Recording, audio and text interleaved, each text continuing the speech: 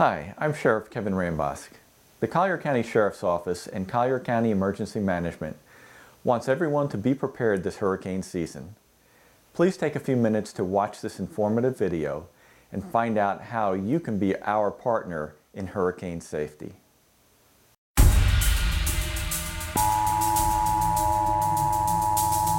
have potentially catastrophic hurricane in just a few hours from landfall along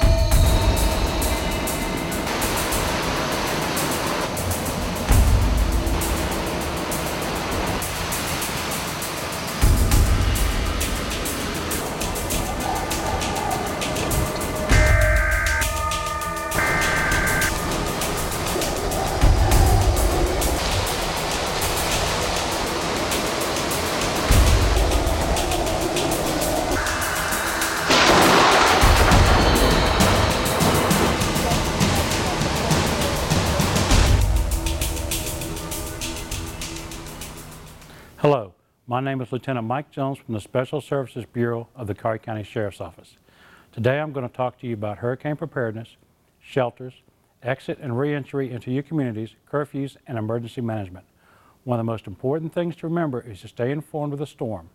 Stay alert of weather reports, local news, and instructions from emergency workers.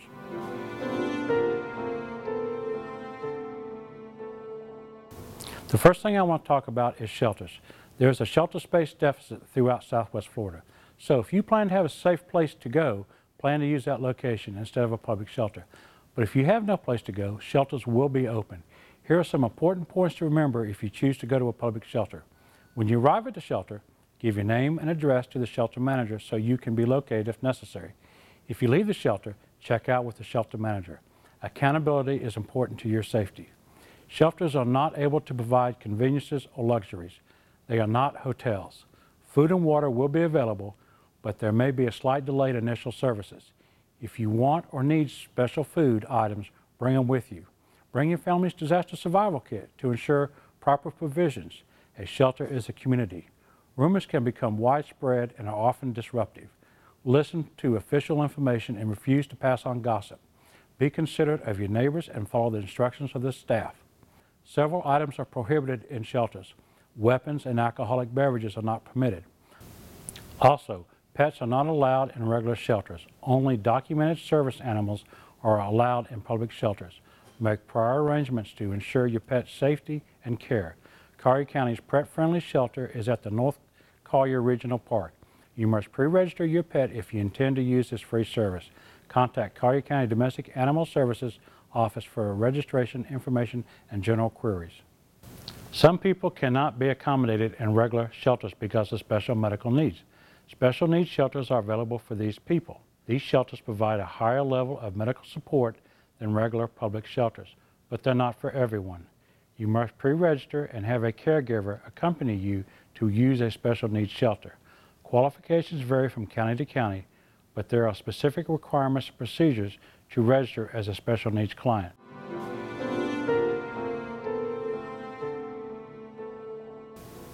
Collier County has a reentry program. If you have been asked to evacuate your residence prior to landfall of a storm, once the storm has passed, evaluations will be done on your areas to determine how devastated the area is. Once that is complete, residents will be allowed back in. You will need 2 documents showing that you live in the area that you are trying to gain reentry into. Those documents could include a driver's license, power bill, a phone bill, or a cable bill. Once you produce those 2 documents to the deputies in the devastated area, you will be allowed reentry to your home after it has been rendered safe.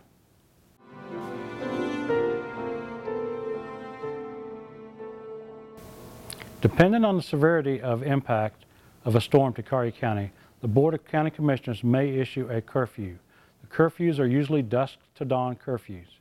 That does not mean that no one is allowed on the streets. If you are employed at the hospital or at a convenience store, or you need to go check on your business, as long as you can justify your means to be on the roads, you will be allowed to proceed to your destination.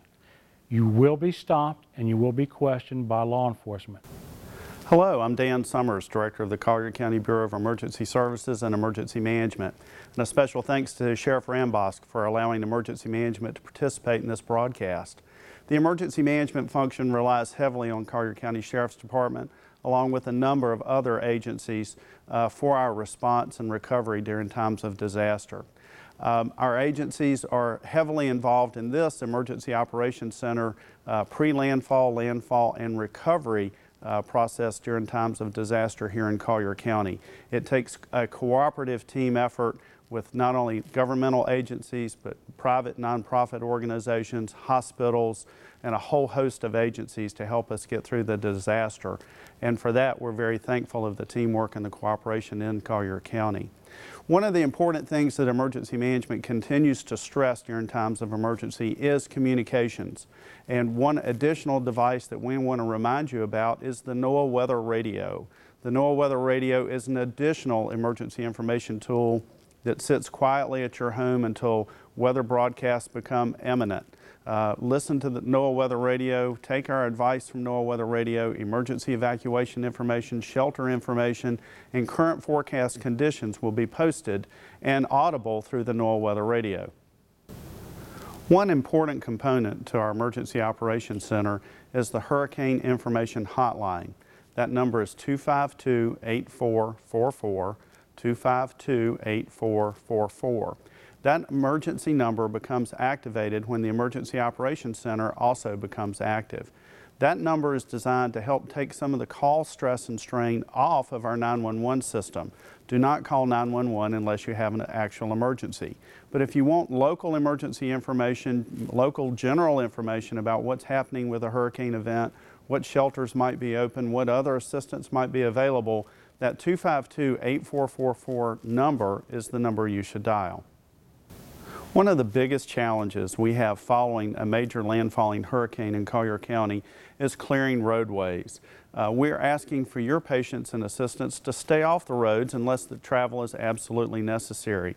There will be an abundance of emergency vehicles, debris removal equipment, ambulances, fire trucks, patrol cars, all inspecting the areas, doing preliminary damage assessment, as well as making paths clear for Florida Power and Light to restore electrical services. We cannot overstress the importance of listening to local radio and television, monitoring NOAA Weather Radio broadcast, and checking local websites. In particular, our website at collierem.org or colliergov.net. Each of those sites will have emergency information posted almost in real time as to what's happening within our community.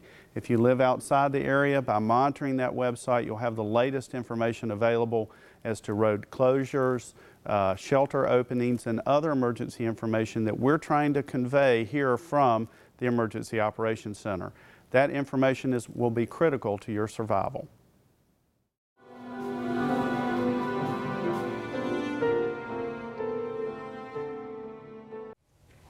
Hello, my name is Catherine Duque, and I'm a Communications Deputy for Collier County Sheriff's Office. Knowing when to dial 911 during a natural disaster is very important and crucial.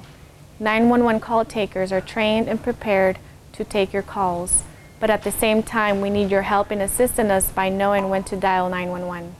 During a natural disaster, our Communications Center receives hundreds of 911 calls from people who need emergency assistance and from others who are just seeking information about the storm. It is very important that you understand that you should dial 911 only if a true emergency exists, such as a life-threatening emergency, crimes in progress, fires, or live power lines down. You should not call 911 to report damage to your home from the storm, to find out about the weather, to verify the welfare check of someone, or to check on curfews.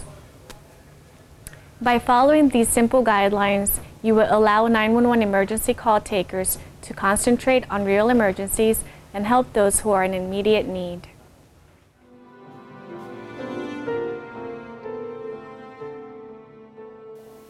Hello, my name is Sergeant Chris Gonzalez with the Collier County Sheriff's Office Traffic Bureau. One of the most unfortunate things that happens when a hurricane strikes is loss of power. This causes our traffic signals to go into flash mode or not to function at all. It is very important that you obey all traffic laws regarding a traffic signal which may not be working properly. If you drive up to an intersection which a traffic signals in flash mode, the first thing you want to do is see which color the light is in your lane. If it is flashing yellow, this means that you may proceed cautiously through the intersection. If it is flashing red, this means that you must stop before proceeding through the intersection. If the traffic signal is completely out, then you must treat this intersection as if it was a four-way stop. Remember to be patient with other drivers and treat each intersection with extreme caution.